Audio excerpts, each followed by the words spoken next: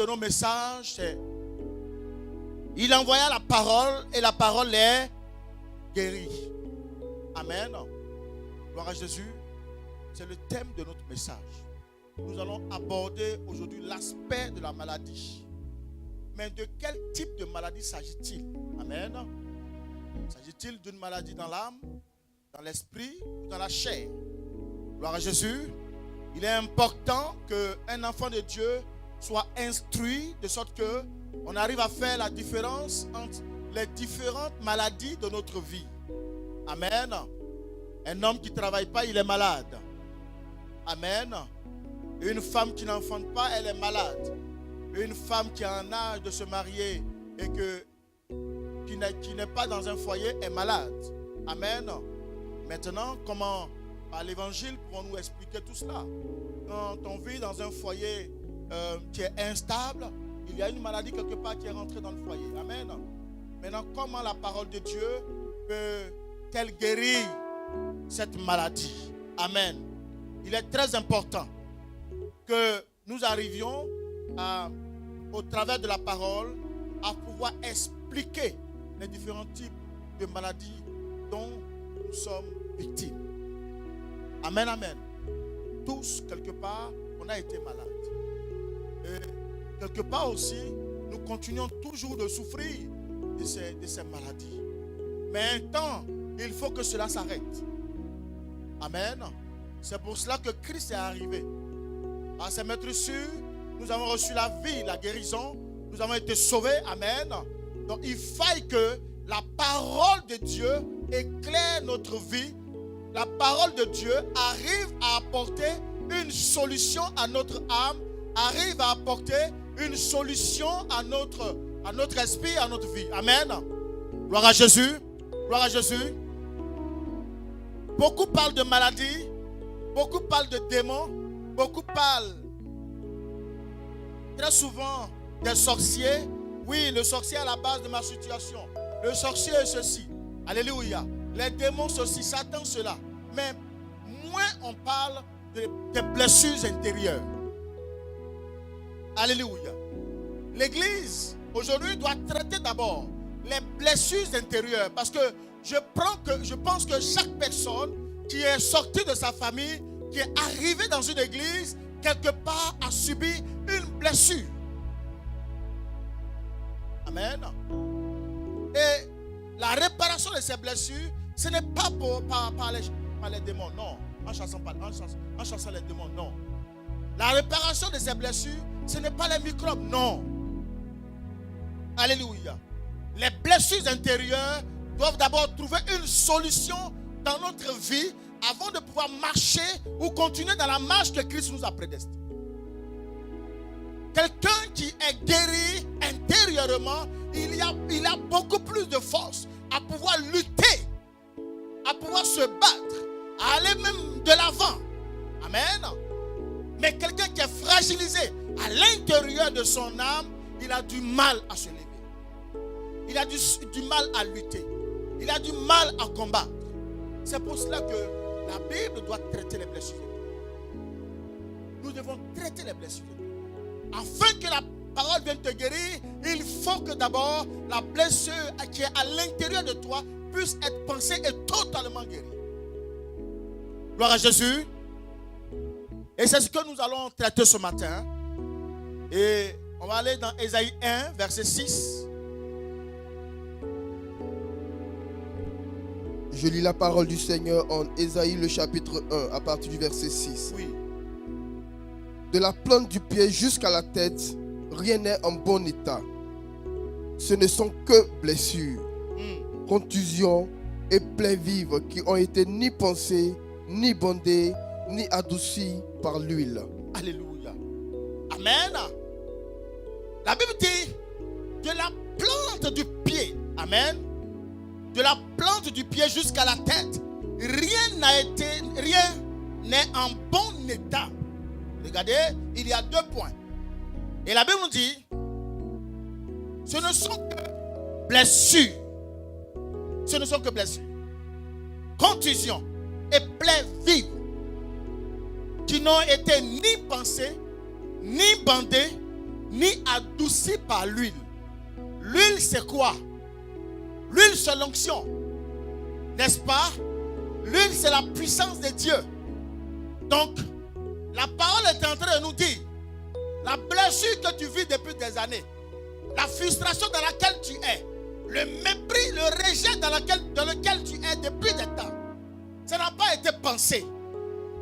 Donc si on ne t'apporte pas l'évangile, ce n'est pas par la puissance, ce n'est pas par le miracle où le démon sort, non. Ce n'est pas par les microbes, non. Alléluia.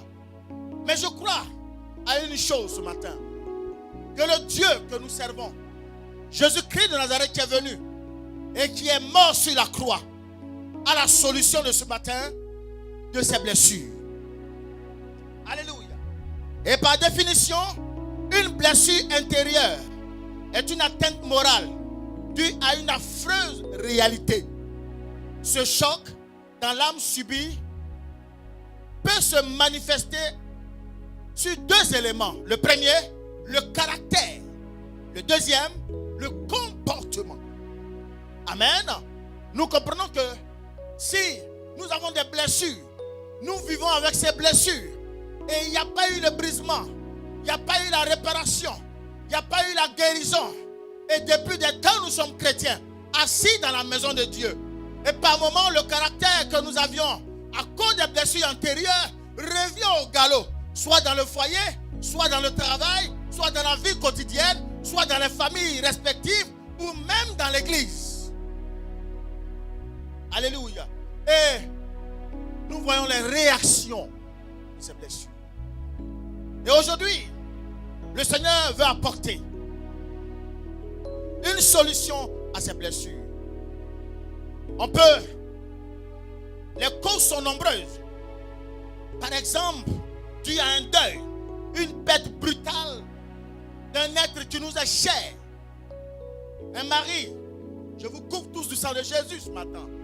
Il ne passera rien à vos vies. C'est un enseignement. Alléluia. Soit un mari, soit un viol. Alléluia. Le chômage, le licenciement, la vie de tous les jours. Alléluia. Les rejets.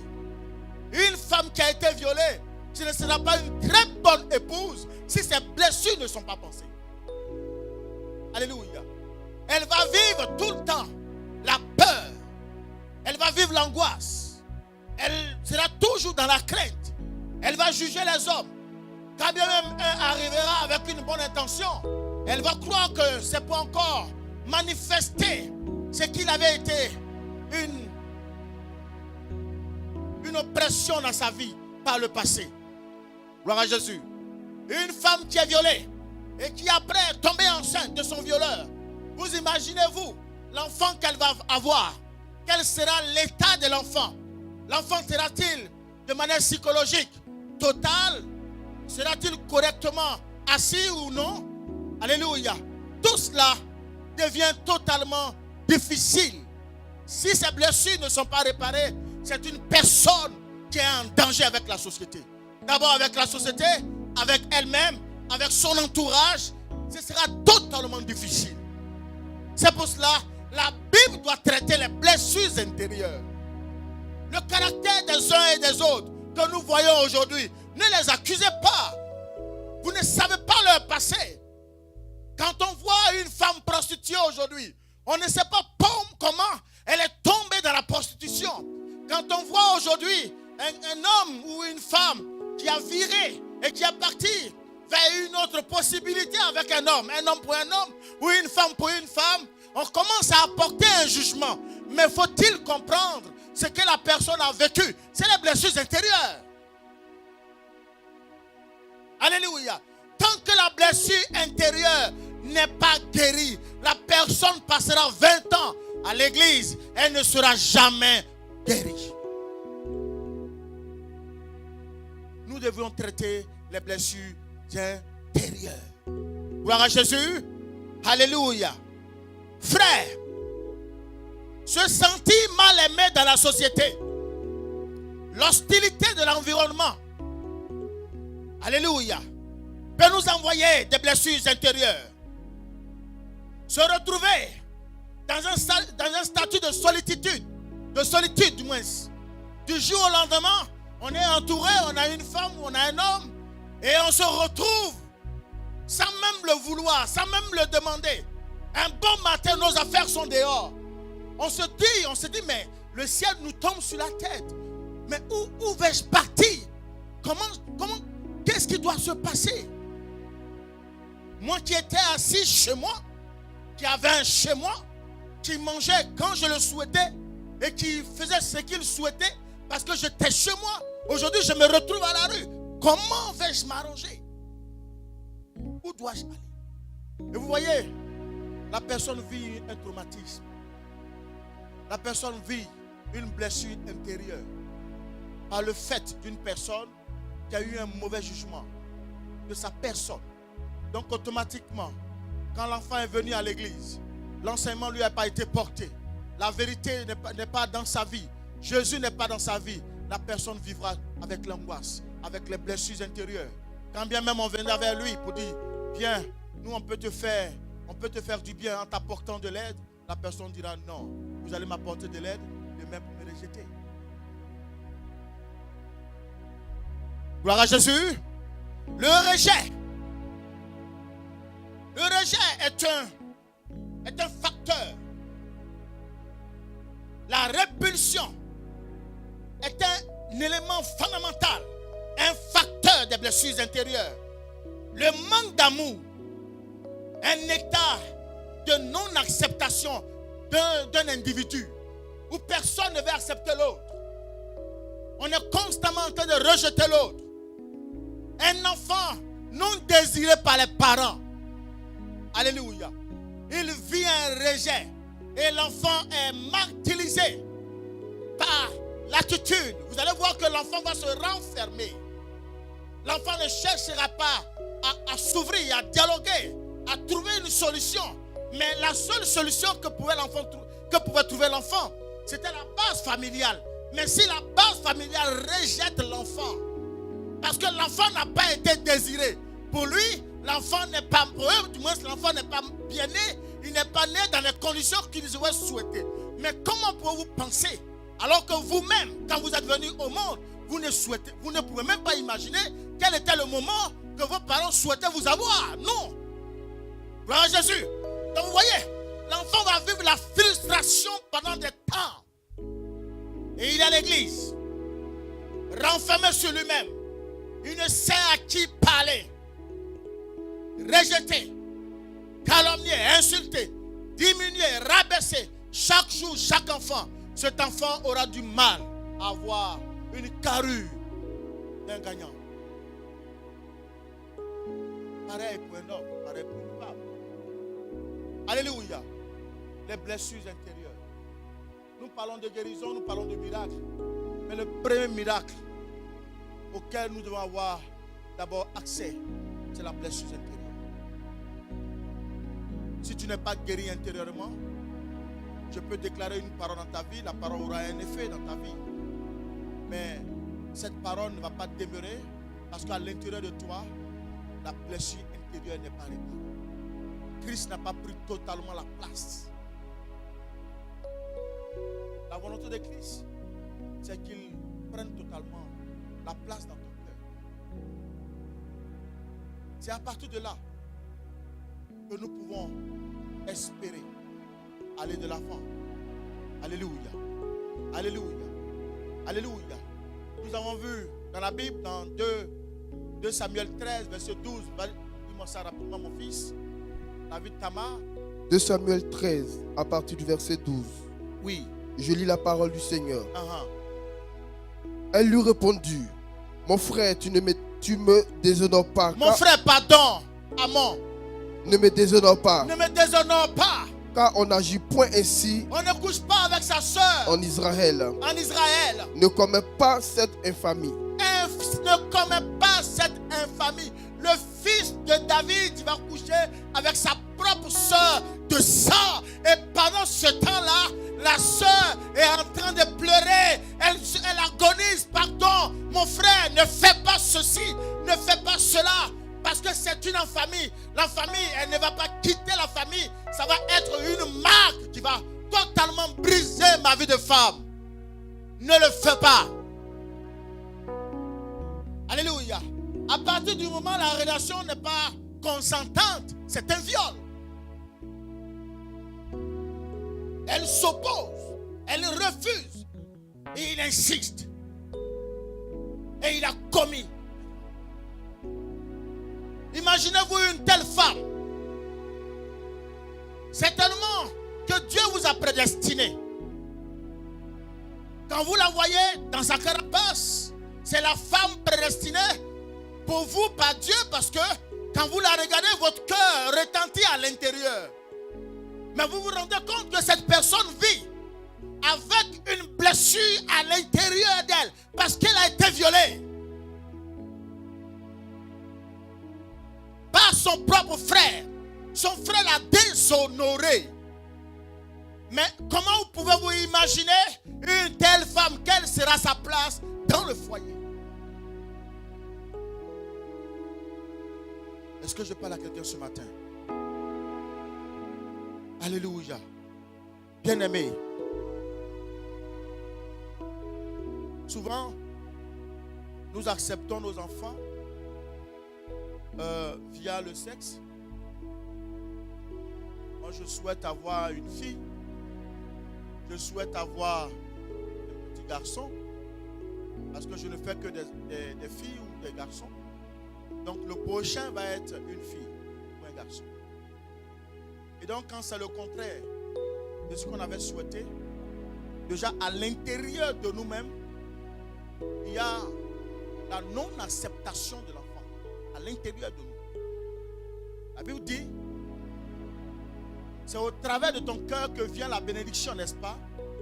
Ok. Maintenant, à l'intérieur, le cœur n'a pas accepté l'enfant. Donc vous allez voir qu'à l'extérieur, le comportement maintenant, l'enfant sera mal aimé. Est-ce qu'on se dit la vérité? Est-ce que je peux mettre le doigt? Ok. L'enfant sera mal aimé. L'enfant va vivre une frustration. Il va vivre un délaissement au détriment des autres enfants. Alléluia. Et pendant ce temps-là, tout seul, l'enfant va grandir avec un sentiment de mépris, un sentiment de rejet. Et cela, petit à petit, va se contaminer par une maladie. Gloire à Jésus. L'enfant va vivre avec un jour du rejet, le jour du mal-aimé.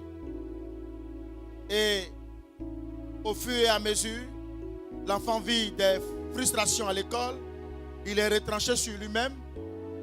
Retranché, même quand il vient à l'église, il est tout le temps seul. Quand il est à la maison, il s'enferme seul. Il mange seul. Il vit seul. Et vous croyez, non, mon enfant, il est comme ça. Non, il n'est pas comme ça. L'enfant est en train de vivre une blessure intérieure dont les effets sont extérieurs par son nature. Donc, automatiquement, il faut approcher l'enfant pour une communication. Il faut insister. Il faut faire ce travail. Parce que le premier psychologue d'un enfant, ce n'est pas le psychologue de l'extérieur. C'est nous, les parents, à l'intérieur. Donc, quand l'enfant commence à se retrancher, à se replier sur soi-même, il faut comprendre que l'enfant est en danger. Parce que s'il ne parle pas à l'intérieur, il va s'ouvrir à l'extérieur. Et une fois l'enfant est ouvert à l'extérieur, c'est un enfant en danger. Et après, on voit du jour au lendemain la police qui vient frapper à notre porte. Notre enfant est accusé de vol, accusé de viol, accusé d'une situation qui nous dépasse nous-mêmes parce qu'on ne le vit pas, on ne le voit pas. Gloire à Jésus. La blessure intérieure, la blessure intérieure. Un enfant brutalisé, grondé à tout bout du chemin, traumatisé, un enfant insulté, diminué, tout le temps, l'enfant aura du mal à avoir une vraie croissance spirituelle. Gloire à Jésus. Alléluia. Jésus a dit, il dit, laissez venir à moi les petits enfants, car le royaume des cieux est semblable à eux. Donc un enfant, c'est une grâce. Un enfant, c'est une richesse. Alléluia. Et tout ça ont des conséquences. Les conséquences du rejet, c'est des réactions de nos péchés. Alléluia. Donc vous allez voir que automatiquement, l'enfant sera rebelle, il sera incrédule, n'est-ce pas? Il sera hostile à tout. Il va avoir un manque de confiance en lui. Alléluia. Tout le temps, à tout bout de chemin, il va se culpabiliser. Il aura la dépression, n'est-ce pas? Le complexe d'infériorité. Il va vivre avec ça, il va grandir avec ça. Et après, on voit un enfant en échec de la société. Autant, ça peut être le mal-être d'un enfant, ça peut aussi être le mal-être d'un adulte. Imaginez-vous, nous vivons dans une société où ce mal n'est pas traité. Nous allons vivre de manière perpétuelle le rejet et les échecs. Quelqu'un qui n'a pas confiance en soi-même, je ne vois pas comment il va lutter contre un mal qui va frapper sa vie. Quelqu'un en qui il y a le manque d'amour, qui n'est pas soutenu par un amour, quand il est frappé par une maladie, c'est une déchéance, c'est la mort. L'amour guérit. L'amour rétablit. L'amour sauve. Alléluia. Nous voulons les miracles. Nous voulons qu'on prophétise sur nos vies. Mais est la blessure que tu gardes à l'intérieur de toi, qui te ronge chaque jour, chaque moment, chaque seconde. Elle te ronge. Elle est plus dangereuse que celle qui est physique, corporelle, où on voit une infirmité. Celle-là est plus dangereuse. Alléluia. Gloire à Jésus. Donc vous comprenez que la maladie va arriver et les chercheurs l'ont appelé la psychosomatique. Pour ceux qui sont en médecine ou en infirmerie. Amen. Nous allons lire dans 1 Thessaloniciens 5, verset 23, et nous allons comprendre. 1 Thessaloniciens 5, verset 23, oui. En 1 Thessaloniciens 5, à partir du verset 23. Que le Dieu de paix vous sanctifie lui-même tout entier, et que tout votre être, l'esprit, l'âme et le corps soient conservés irrépréhensibles. Amen. Regardez un peu. La Bible dit que le Dieu de paix vous sanctifie lui-même tout entier. Que votre esprit et que tout votre être, l'esprit. Alors, écoutez-moi bien. Viens mon fils. Et toi là, on va illustrer un peu. Vous allez comprendre. Voici l'être. Dans l'être, il y a 3 éléments qui le caractérisent. Amen. À l'intérieur, vous allez avoir l'âme. Vous allez avoir l'esprit. Et vous allez avoir le corps. C'est tout cela qui est l'être. La Bible nous dit, avant que Christ n'arrive, il faudrait que ton être entier soit irréprochable. Ça, hein? Irrépressible, ça veut dire irréprochable. Sans péché. En ce moment-là, la maladie ne rentrera pas. Nous vivons la maladie parce que l'être qui est là a vécu un traumatisme intérieur. Ça peut être extérieur, donc vous le verrez par une déformation de sa peau ou de son bras. Ça peut être à l'intérieur, par son âme. Donc vous allez voir que la personne subit un traumatisme, des blessures internes en lui, qui fait qu'il rejette tout le monde. Il se mettra en marge de la société. Alors vous allez voir que vous le voyez physiquement bien mis, mais intérieurement malade. C'est pour cela que la Bible nous dit, il envoya sa parole les guérit. La parole va d'abord guérir l'être. Quand l'être est guéri, quand on dira au démon de partir, le démon s'en ira. Pourquoi? Parce qu'à l'intérieur de lui, d'abord, la première blessure est pensée. Donc il n'y a aucun mal venant de la sorcellerie, venant du mal, du malin qui puisse résister dans la vie de cet homme. Est-ce que je parle à quelqu'un? Frère, pour que ton démon puisse partir, il faut que ton être entier soit irréprochable d'abord. Ta position, là où tu es assis, ce que tu fais, il faut d'abord que ce soit en conformité avec la lumière.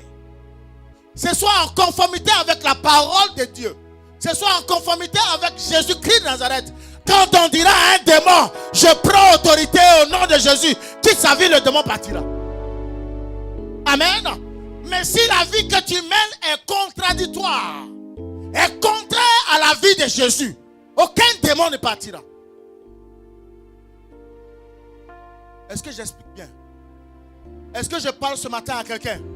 Ton frère, Jésus est prêt à te guérir parce qu'il est venu pour toi. Il est prêt à te libérer parce qu'il est venu pour toi. Mais est-ce qu'il vit en toi?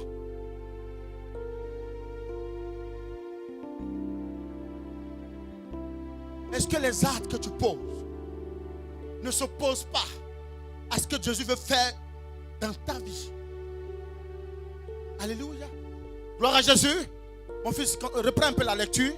Que le Dieu de paix vous sanctifie lui-même tout entier. Oui. Et que tout votre être, l'esprit, l'âme et le corps soient conservés irrépréhensibles lors de l'avènement de notre Seigneur Jésus-Christ. Alléluia. Amen. Sois irrépréhensible. Quand Jésus viendra, il veut voir une église sans tache ni ride. Mais qu'est-ce qui fait la valeur de l'église? C'est toi. C'est ton état. C'est ton état, c'est ton être entier qui fait la valeur de l'église. Jésus veut venir t'apporter la guérison. Mais alors que toi-même, les actes que tu poses sont contradictoires. Maintenant, quand Jésus va arriver, il ne peut pas t'apporter. Il va te regarder et dire, la personne n'avait une blessure intérieure. De toute façon, je vois ces actes. On dirait que dans son passé, il s'est passé un événement qui l'amène à vivre ainsi. Donc, moi, Jésus, je vais d'abord lui apporter la vérité. C'est par la vérité que le mal partira. Quand tu recevras la lumière, le mal s'en ira. Sans même faire d'effort, le mal s'en ira. Alléluia. Frère, vous imaginez quelqu'un qui n'est pas guéri dans l'âme, on chasse une situation de maladie, la personne repart dans ses vomis, mais la maladie revient. C'est vrai ou pas? Ce matin, je vais aider quelqu'un à ce que quand tout à l'heure, par l'Esprit de Dieu, il dira à un mal de partir, que le mal parte de manière définitive. Et qu'à partir de maintenant, tu prennes conscience de ta position et tu ne retombes plus dans les erreurs. Alléluia. Est-ce qu'on peut acclamer un peu le Seigneur?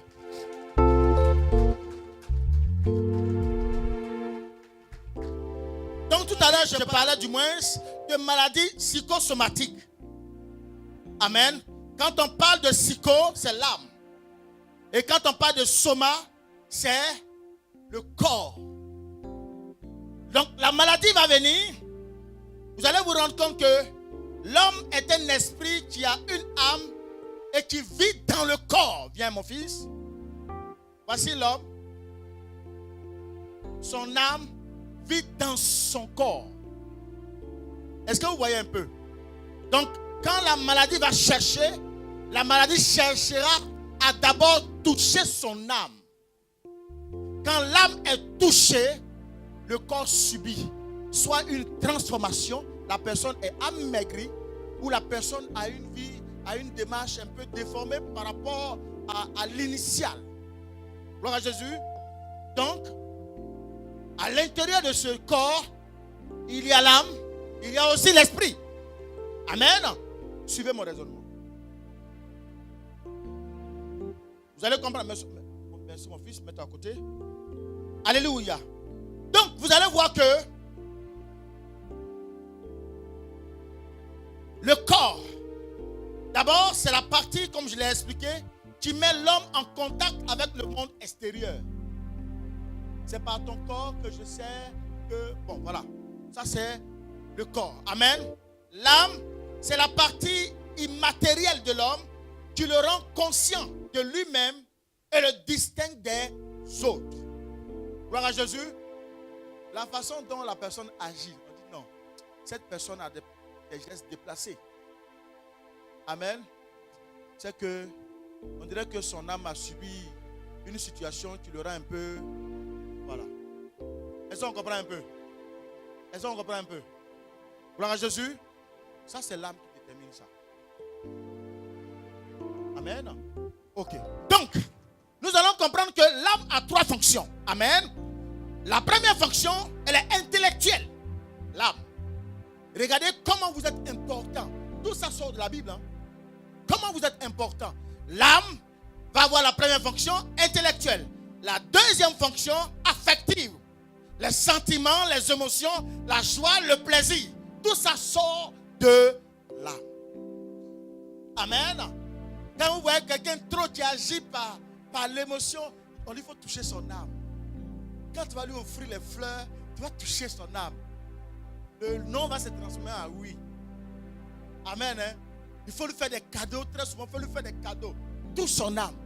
C'est l'émotion. Amen. Gloire à Jésus. Alléluia. Maintenant, la troisième fonction, c'est la fonction volitive. C'est quoi la volitive? C'est la fonction de la volonté, la fonction des décisions, la fonction du pouvoir. Et c'est là très souvent il y a problème. Dans les décisions.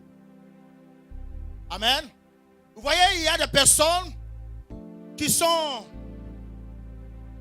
réactionnaires.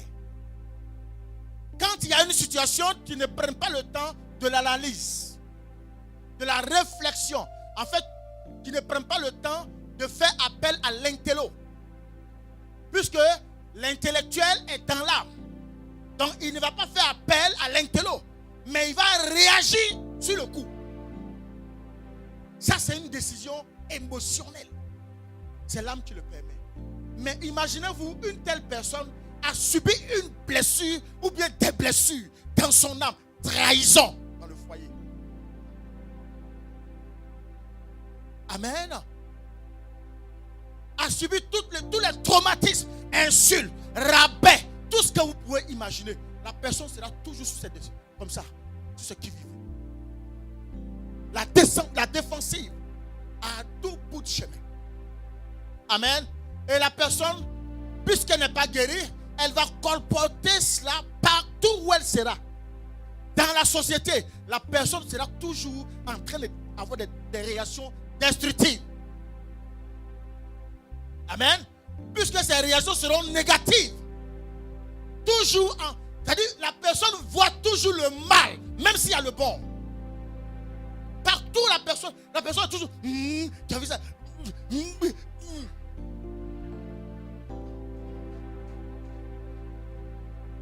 Amen. Bien-aimé, c'est vrai, nous négligeons cet impact. Oh, au nom de Jésus, sors. Et puis tu dis, ouais, mais tu retournes à la maison, tu reviens encore avec toi. Parce que l'âme n'est pas guérie. Alléluia.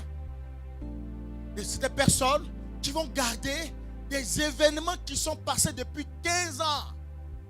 Tu te souviens, en 1900, tu m'avais fait ça. Tu m'avais dit ça.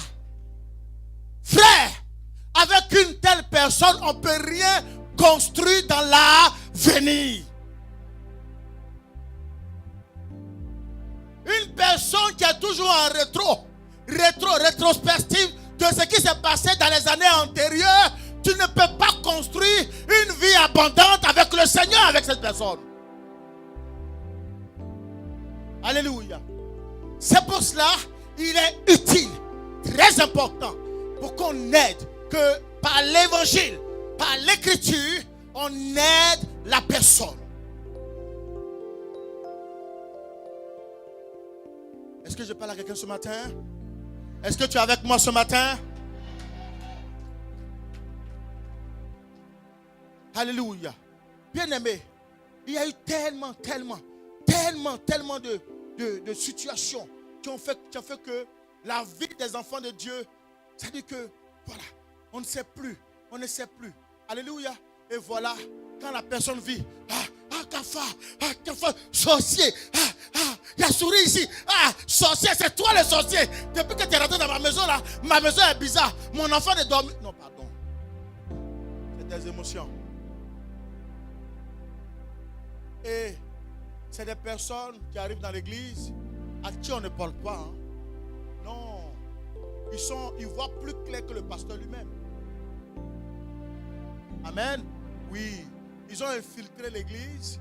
Et aujourd'hui, vous allez vous rendre compte que ces personnes-là parlent comme ça à un Dieu. Face à face à un Dieu. Amen. Non, attendez un peu. Je rêve là. Notre Dieu, je vais vous expliquer tout à l'heure, c'est un Dieu d'ordre. Il tient tellement à son ordre qu'il a établi quand l'ordre n'est plus respecté, c'est un désordre. Et il ne travaille pas comme ça.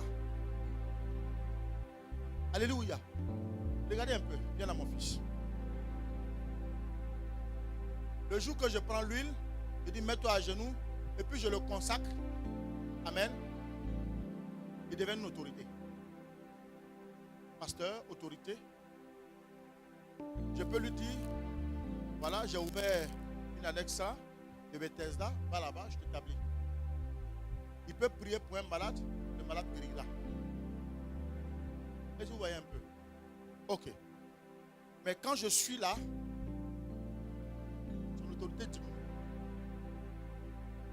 Parce que je suis le Père. N'est-ce pas?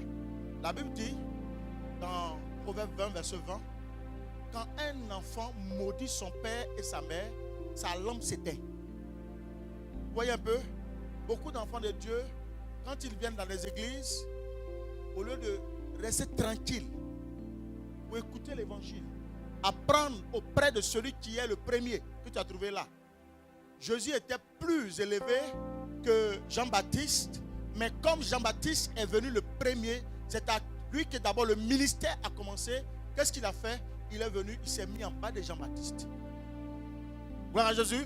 Tant que Jean-Baptiste vit, Jésus n'avait pas de pouvoir.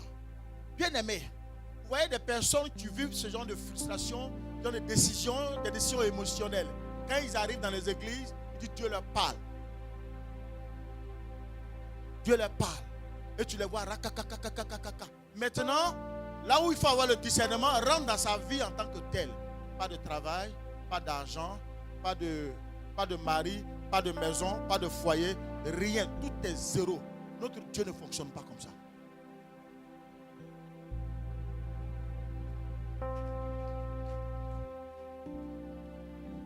Je ne suis pas en train de dire que Dieu ne parle pas. Non, ce n'est pas ça. Mais c'est un Dieu d'ordre. Dieu t'a parlé. Si Papa Mendes Paolo est le premier, est ton responsable, quand tu reçois la parole, tu viens dire à Papa Paolo, voici ce que j'ai entendu de Dieu. Ou bien voilà ce que Dieu m'a dit. Qu'est-ce que tu en penses? Papa Mendes maintenant se mettra à genoux pour prier aussi et demander une orientation de Dieu. Quand les deux messages se coïncident, yes, ça vient de Dieu.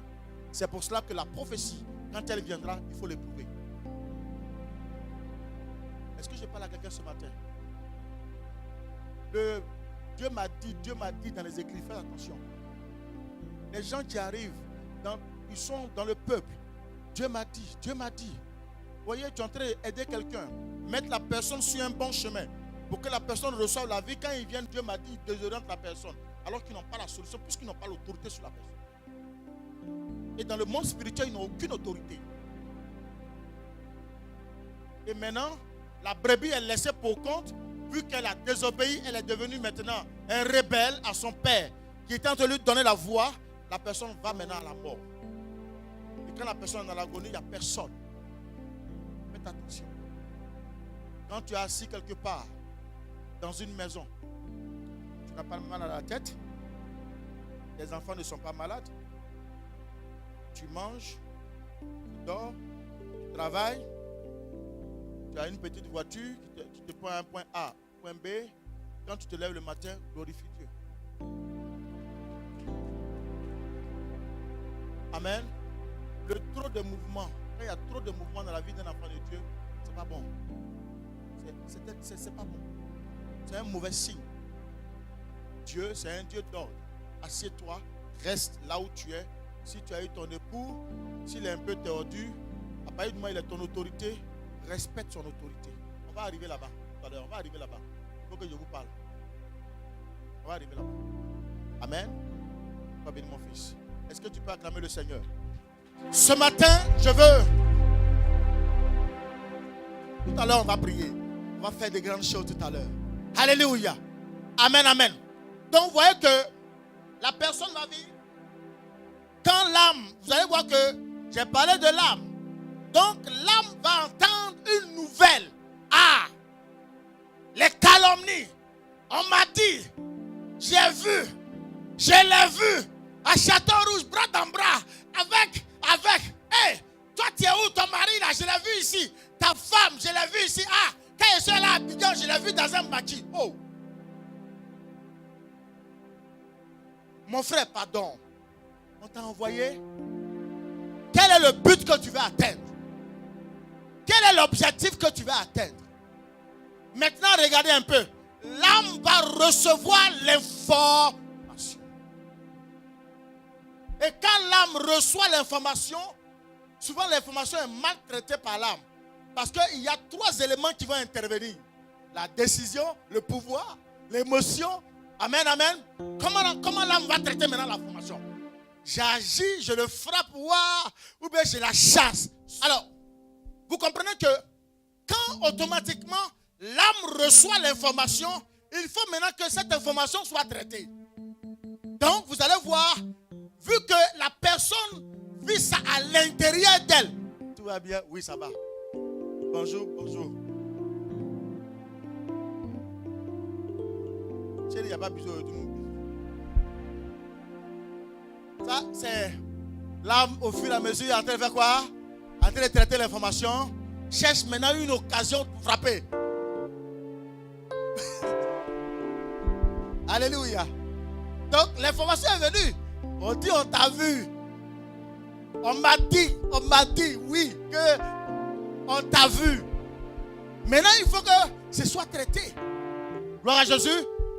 J'ai parlé de catégories de personnes émotives. Là maintenant elle ne cherche pas à faire appel à son intello pour essayer de comprendre l'information, voire vérifier l'information, parce que la personne qui est comme ça va dans sa vie, vérifie sa vie. Quelle est sa vie? Tu vas te rendre compte qu'une personne seule et qui n'a personne et veut aussi que tu sois seul. Donc pour atteindre cet objectif, va venir lancer une bombe puante. Maintenant tu as l'information, toi tu ne prends pas le temps. La maladie est là. Tous les jours tu ne manges pas. Tu prépares, tu ne manges pas.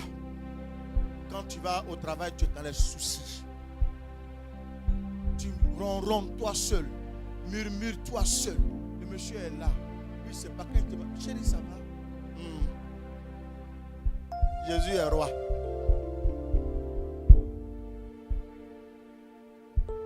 Les enfants sont là. Ça tourne autour de toi. Maman, ça va? Mes enfants, ça va? Allez voir votre papa. Je vais rester un peu seul. T'enferme. Tu vas t'enfermer. La solitude va venir. Et tu es là, tu as les soucis. Tous les jours, tu maigris. 1 kilo, 2 kilos, 3 kilos. Maintenant, voici une petite grippe. Une grippe saisonnière qui va arriver, qui était de passage. Elle va rentrer en toi. Et quand elle va rentrer en toi, elle va te ravager. De grippe, ça devient une tuberculose. Tuberculose, ça va devenir maintenant insuffisance rénale. Ensuite de suite, là tu es en train de partir à petit feu. Amen. Pourquoi? Parce qu'à l'intérieur de toi, tu as pris une information que tu as gardée pour toi. Cette information est en train de te ronger. Tu ne l'as pas extériorisée pour essayer de communiquer, trouver les points phares. Si oui ou non, pour que tu sois tranquille. Mais non, tu as gardé. Et comme le malin tournait autour de toi, le malin voulait frapper ta maison depuis des temps. Il n'avait pas une porte. Maintenant, le cœur n'est pas disposé à recevoir non seulement la prière, à même lire la Bible, même pour venir à l'église, tu ne viens plus à l'église. Le téléphone de papa Zadi, tu ne décroches plus. Tous ceux-là, ils sont pareils. Dieu n'existe pas. S'il existait, il allait voir. Lui, il allait moi à l'église tous les jours là. Il voit tout le monde, moi, il ne me voit jamais. Ça, c'est quel pasteur ça? Quel est ce Dieu-là, mon frère? Là, maintenant, qu'est-ce que tu as fait? Jugement avec Dieu, accuser Dieu, accuser le Saint-Esprit. Le Saint-Esprit te quitte. Il s'expose. Maintenant, étant exposé, qu'est-ce qui va se passer? Le mal arrive, le mal rentre et il commence à ronger. Il commence à ronger. La maladie commence à ronger. Petit à petit. Petit à petit, elle ronge. Tu ne sais plus quoi faire. Tu ne sais plus où aller. On te demande, non, c'est la grippe. Le temps où on t'envoie à l'hôpital, la maladie s'est avancée. D'une petite situation qui pouvait se régler en 2 minutes, tu l'as laissée à la négligence, à l'orgueil, très souvent. Amen. Elle est devenue une maladie. Et là, on court maintenant, on vient vers le pasteur dans les églises. Amen. C'est pour cela, avant de faire ta délivrance, je fais ton entretien. Que toi et moi, on parle. Dans l'entretien, il peut y avoir un élément, une fondation, un fondement à ton mal. Une fois, on a traité, diagnostiqué le mal, maintenant on peut dire à l'esprit malin, au démon, il faut partir. Mais tant que la personne est dans la blessure, aucun démon ne peut être chassé.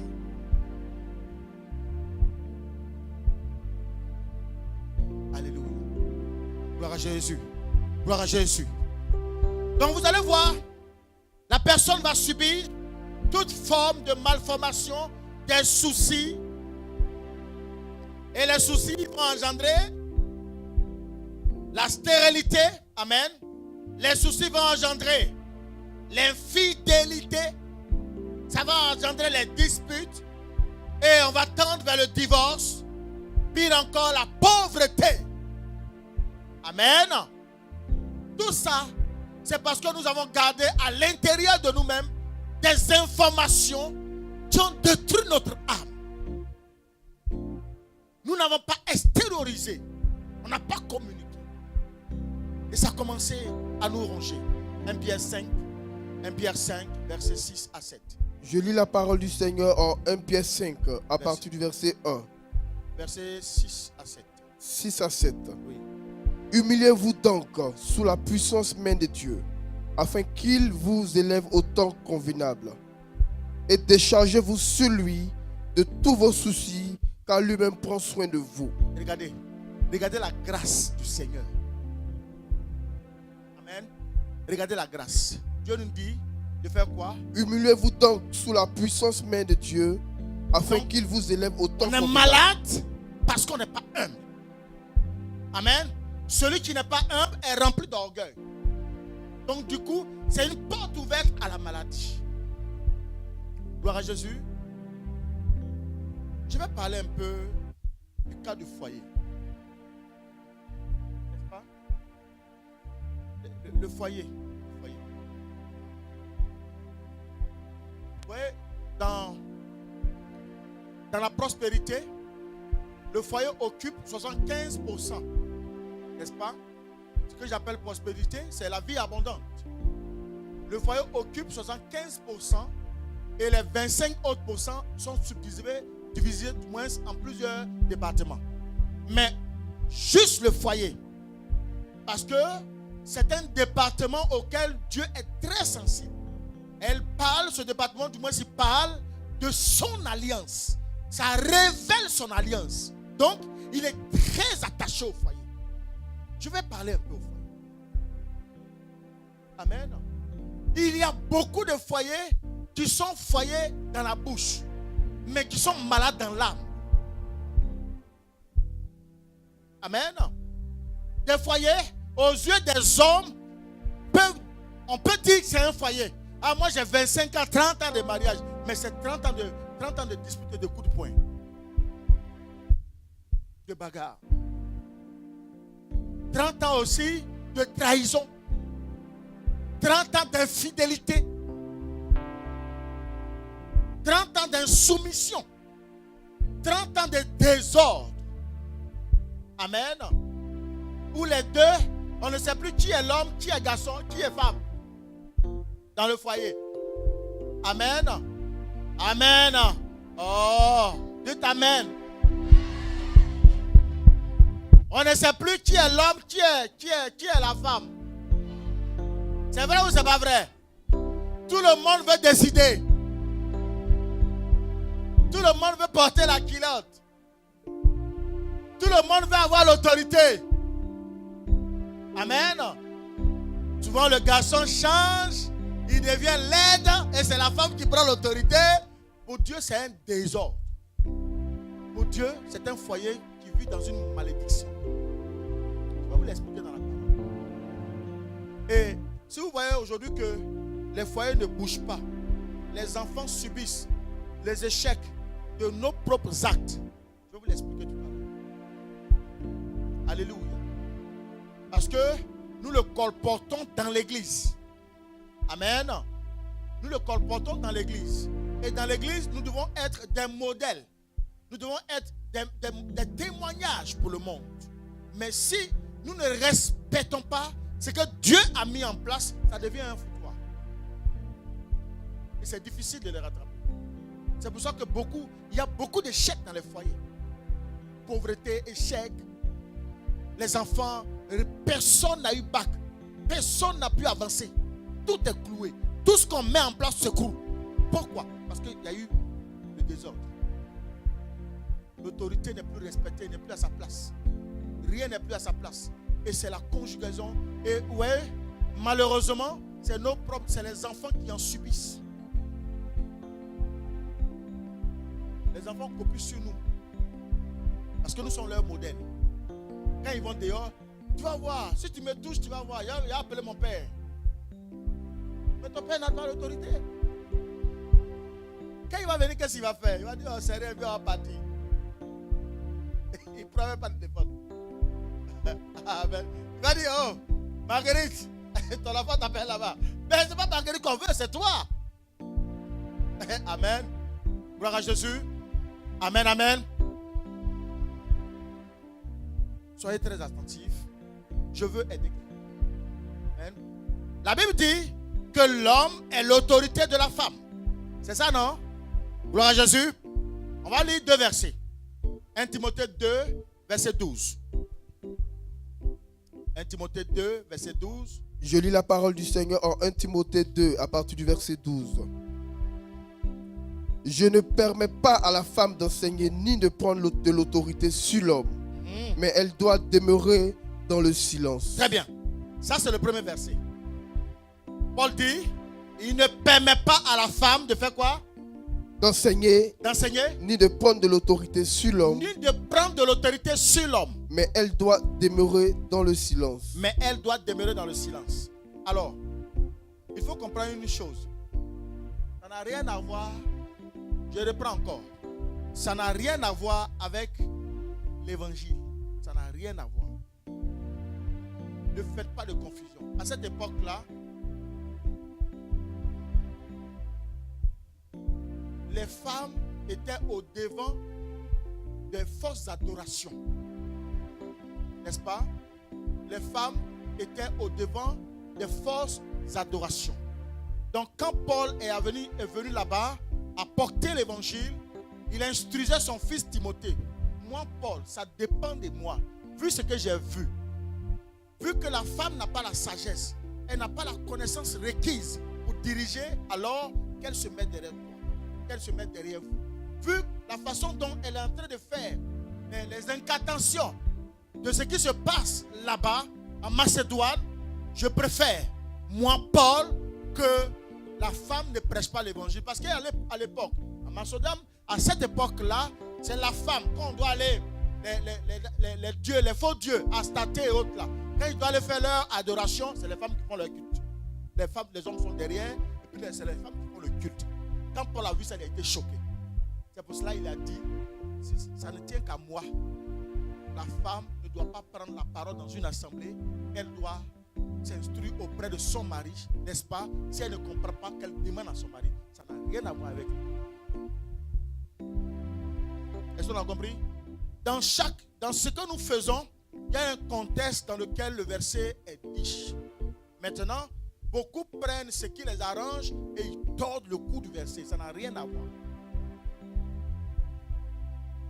Amen. La femme peut enseigner, elle peut prêcher l'évangile. Ce n'est pas la même chose. Amen. Je passais par là, je ferme la parenthèse. Amen. Gloire à Jésus.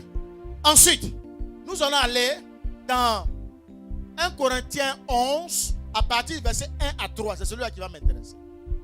Je lis la parole du Seigneur en 1 Corinthiens 11. Oui. À partir du verset 1 à 3. Oui. Soyez mes imitateurs comme je le suis moi-même de Christ.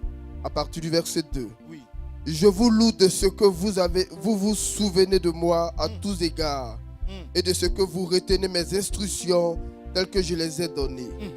À partir du verset 3. Je veux cependant que vous sachiez que Christ est le chef de tout homme. Regardez bien l'organigramme. Je veux cependant que... Attends, mon fils. Regardez l'organigramme que Dieu va établir sur la terre, qui va avoir une domination éternelle. Je veux cependant que vous sachiez que Christ est le chef de tout homme. De tout homme. Que l'homme est le chef de la femme. Donc de l'église. Que l'homme est le chef de la femme. Frère, écoute-moi bien. Ou mes enfants, écoutez-moi bien. La Bible dit, l'homme est le chef de la femme. L'homme est le chef de la femme. Amen. Ok. Va dans 1 Corinthiens 7, verset 4. Je vais combiner les deux.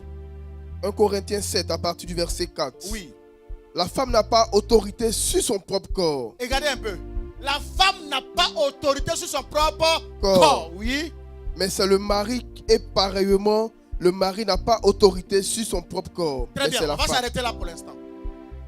Mais écoutez-moi. Vous voyez, aujourd'hui, pourquoi est-ce qu'il y a les échecs? Je veux taire, je veux éloigner de toute compréhension cette histoire de sorcellerie, de méchants ou de démons. Traitons d'abord le problème que nous-mêmes subissons, nous-mêmes. Parce que dans la guérison, nous avons 75% de part, d'abord personnel. Des efforts à faire nous-mêmes. Il faut qu'on traite ça d'abord, avant de parler de celui-là. Ça, ce n'est pas ton domaine, c'est Dieu qui s'en occupe. Un démon, à partir du moment où toi, tu es déjà bien assis spirituellement, quand le démon veut venir, Dieu s'en occupe. Amen. Ok. La Bible dit ici que la femme n'a pas autorité sur son corps, sur son propre corps. Yeah. Maintenant, c'est l'homme qui est son chef. Regardez un peu. Qu'est-ce qui fait que les foyers subissent les échecs et les pleurs? Beaucoup de femmes aujourd'hui, beaucoup de nos enfants, mais très souvent des chrétiens. Amen. La maison est dirigée, gouvernée, décidée par la femme. C'est une erreur. Amen. Pour Dieu, l'ordre qu'il a mis en place, vous avez changé l'ordre. Donc finalement, pour lui, il a un couple homosexuel où il y a deux hommes. Du coup, la grâce qu'il avait prédestinée dans l'alliance, dans le mariage, Dieu ne peut pas faire asseoir cette grâce-là à l'intérieur du foyer. Parce que l'homme qui est l'autorité ne joue pas son rôle. Alléluia. Maintenant, grave. Quand nous allons dans nos chambres, qu'on appelle la chambre de l'alliance, ou la chambre du témoignage, quand nous sommes dans cet endroit-là, le corps de la femme ne lui appartient plus. Alléluia. Il y a beaucoup de femmes, comme précédemment expliqué, en parlant de l'âme, elles sont tellement émotives qu'au point qu'à un moment donné, elle joue avec son homme. Elle est en continuel refus de son foyer. Rejet du mari. Quand tu rejettes le mari, dans quel état va-t-il se retrouver? Traumatisme. Amen. Rejeté par sa maison. Parce qu'automatiquement, vous allez voir, quand il est rejeté par la femme, il subit aussi les mêmes. Il se dit aussi que la maman entretient le même rapport avec ses enfants. Donc, rejet aussi de ses propres enfants. Alléluia. Et la maison vit dans un blocus. Pourquoi? Aucune grâce ne demeurera dans la maison. Elle peut venir. Vous aurez les essentiels, manger, vous soigner. Mais pour apporter la prospérité, ça va être difficile. Gloire à Jésus. La maison, c'est comme l'église. C'est comme ton corps. C'est le temple de l'Éternel. Il a dit, détruisez ma maison. En 3 jours, je la rebâtirai. Vous imaginez, vous êtes les propres destructeurs de vos maisons.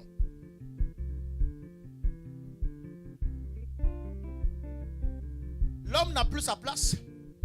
Il n'a plus son autorité. L'autorité est forcée, diminuée, rabaissée dans sa famille, parmi ses amis, même au travail. Son chéquier, tu contrôles tout. Tu veux tout décider. Tu veux tout avoir dans la chambre. Il ne peut même pas te toucher.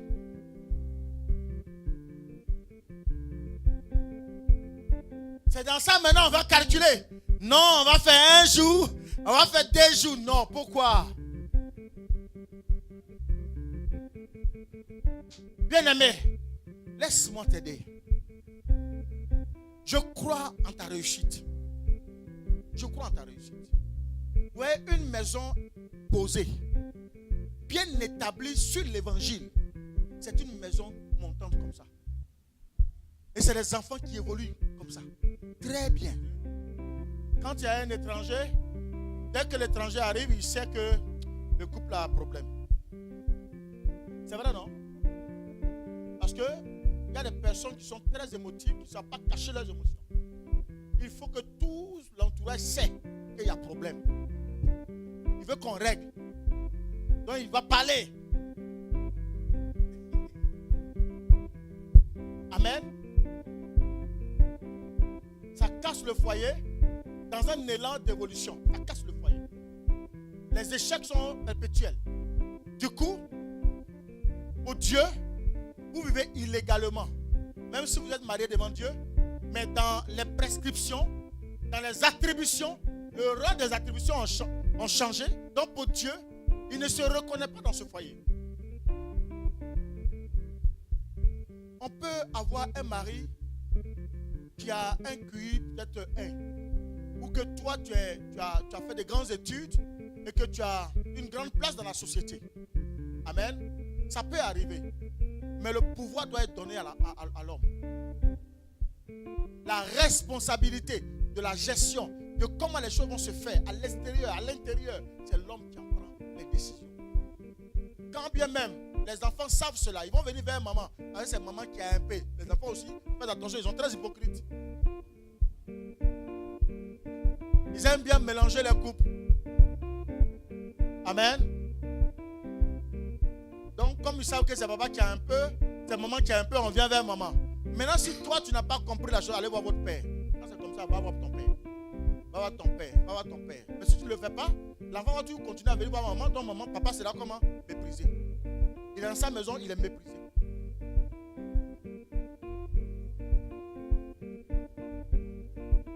Alléluia. Je vais glisser un mot sur les familles recomposées. Je rencontre une femme. Elle a déjà ses enfants. Moi aussi, j'ai mes enfants.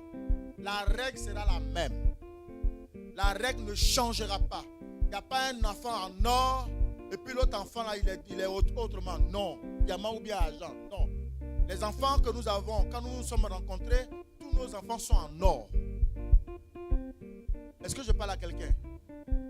Ou bien le mari est venu, il a trouvé une femme avec des enfants.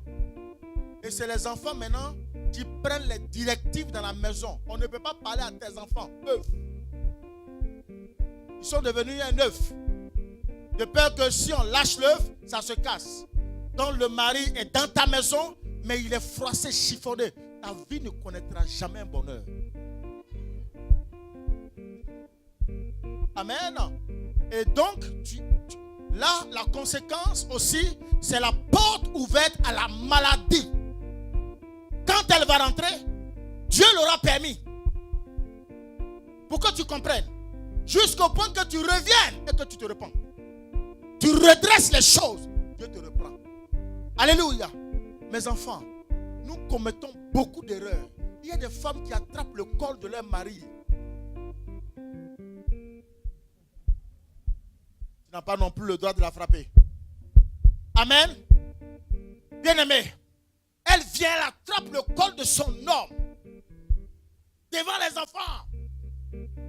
Commence à gifler l'homme. Tu as giflé Dieu. Est-ce que vous m'entendez ce matin? Est-ce que vous m'écoutez ce matin? Tu as giflé Dieu. Tu prends les bagages de ton mari parce qu'il ne travaille pas. Parce que, voilà, pour une raison sociale, tu prends ses affaires et tu mets ça dehors.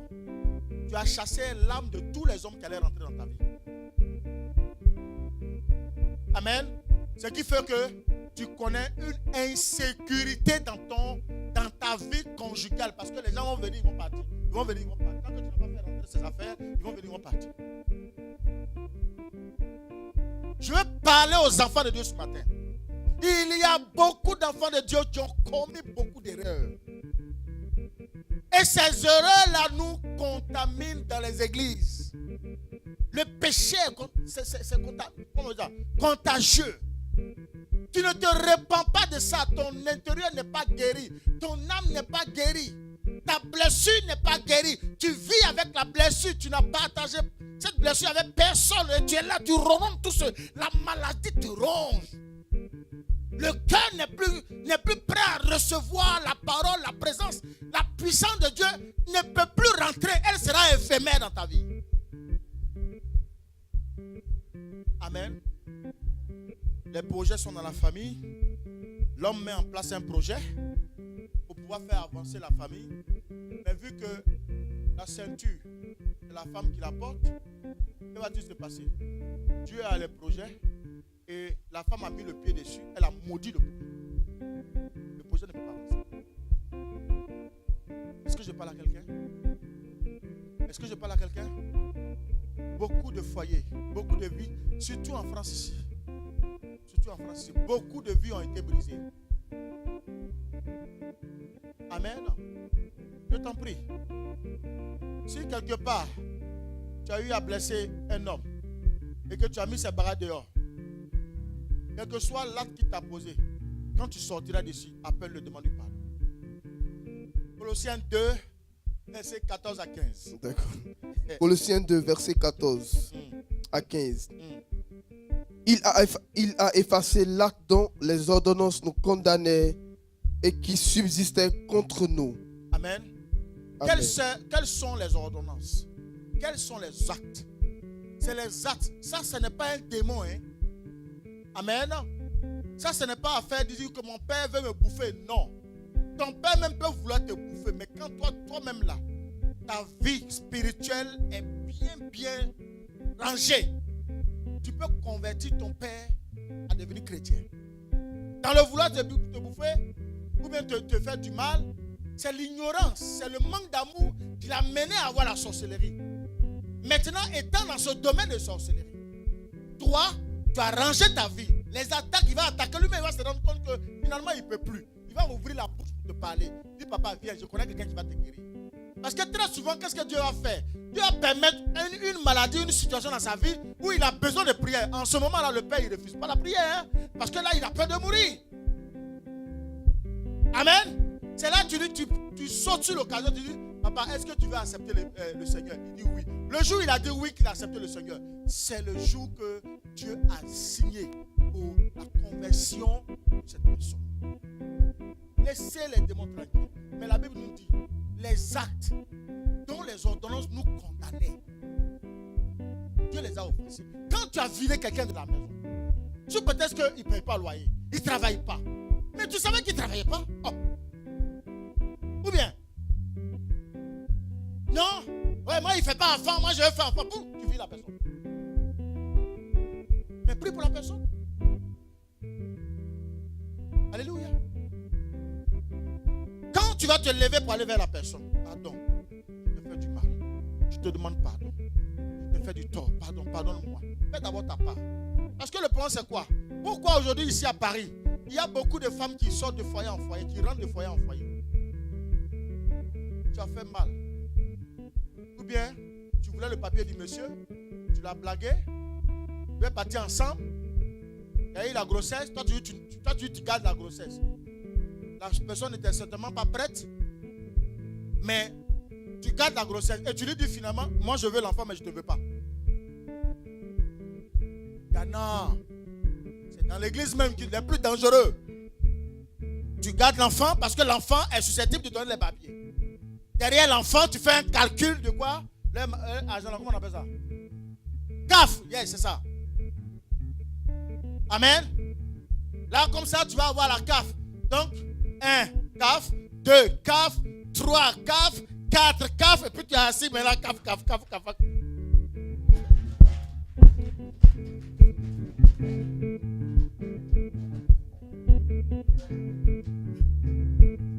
Amen. L'enfant est fait en fonction des intérêts personnels. On veut les enfants, mais on ne veut pas leur père. Pourquoi? Amen. Et nous ouvrons la porte de la malédiction. Et finalement, ces enfants-là ne deviennent rien parce que c'est les éternels frustrés, puisque après un certain âge, on coupe. Quand on va couper maintenant les CAF là, on va chercher le père. Il ne donne pas l'argent. Mais au départ, tu ne voulais pas. Parce que je n'avais pas de papier, ou bien je n'avais pas une situation confortable qui pouvait t'aider à avancer. Toi, tu ne voulais pas. Ou bien peut-être que, bon, ce n'était pas mon visage qui te plaisait. Mon enfant, il y a beaucoup d'actes dont les ordonnances nous ont condamnés. Nous devons nous repentir de cela. Nous devons repartir dans chaque endroit où on a fait mal pour aller porter la réconciliation.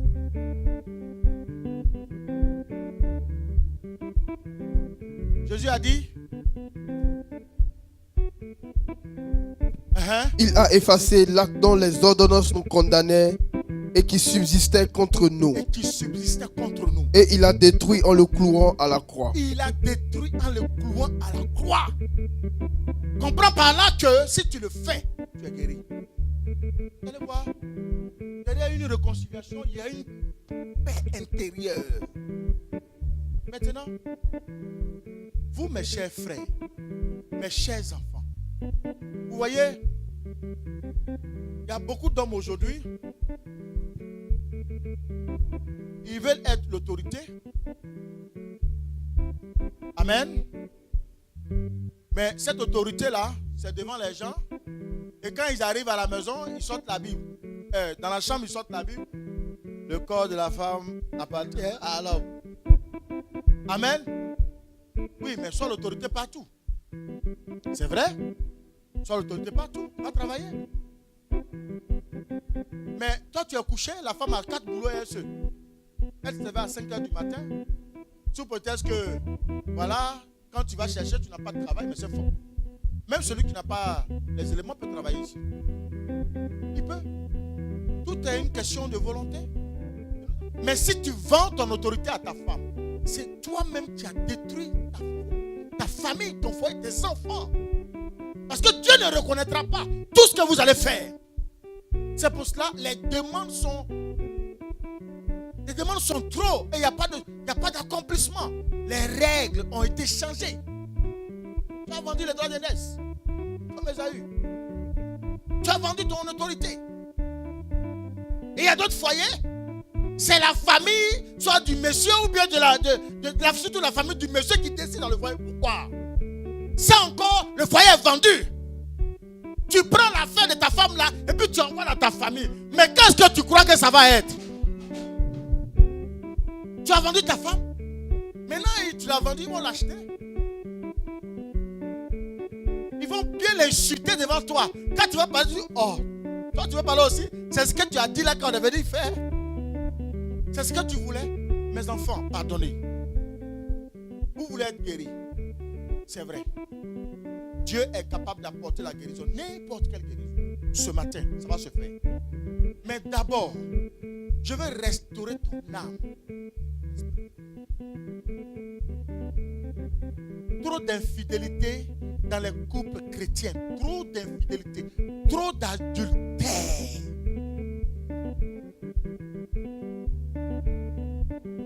Trop.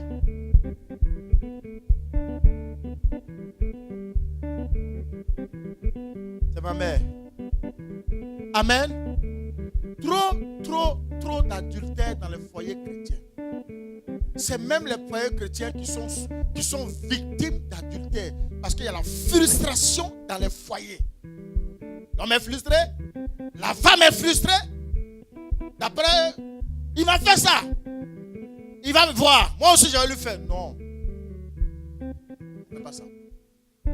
Alléluia. Mettez les foyers en ordre. Mettez les foyers en ordre. Quand tu veux prendre une décision, puis ta femme toujours attend. Tu dis, faut pas réveiller qui? Faut pas réveiller Sarah. Sarah se réveille trop dans le foyer. Ah bon? Allez demander chez moi. Je ne suis pas un martyr, hein, mais tout est comme ça. Non. Parce que Dieu a ouvert mes yeux sur l'évangile, sur la lumière. Avant, j'étais dans les ténèbres. Et quand j'ai connu la lumière, non, il y a beaucoup de choses qui ont changé. Non. Je parle une fois, pas deux fois. Tout le monde obéit. Amen. Amen. Vous devez maintenir l'ordre dans la maison. La maison est malade. Le corps est malade, l'âme est malade. Tout le monde est malade. Les enfants sont malades. Réparez déjà la maison. Remettez de l'ordre. Et vous allez voir. Alléluia. Alléluia. Alléluia. La communication manque dans les foyers. Pas trop de communication. Trop d'orgueil. Rétention d'informations, c'est pas bon. Tu ne peux pas avoir des informations contre ton mari et puis tu ne le dis pas. C'est la sorcellerie. Non, je vous le dis. Non, j'étais en train de prier. Toi, tu pries quoi? C'est l'autorité. Ah, j'ai appris ça. La vie vient, je vais te parler. Mais on fait comme on n'est pas au courant. Tu le dis. Vous l'instruis. Une fois il est au courant, vous savez comment il faut traiter le problème. Mais tu ne lui dis pas. Le temps, ça arrive devant la porte, trop tard. Il est déjà imbibé. C'est de la sorcellerie. Amen. Amen.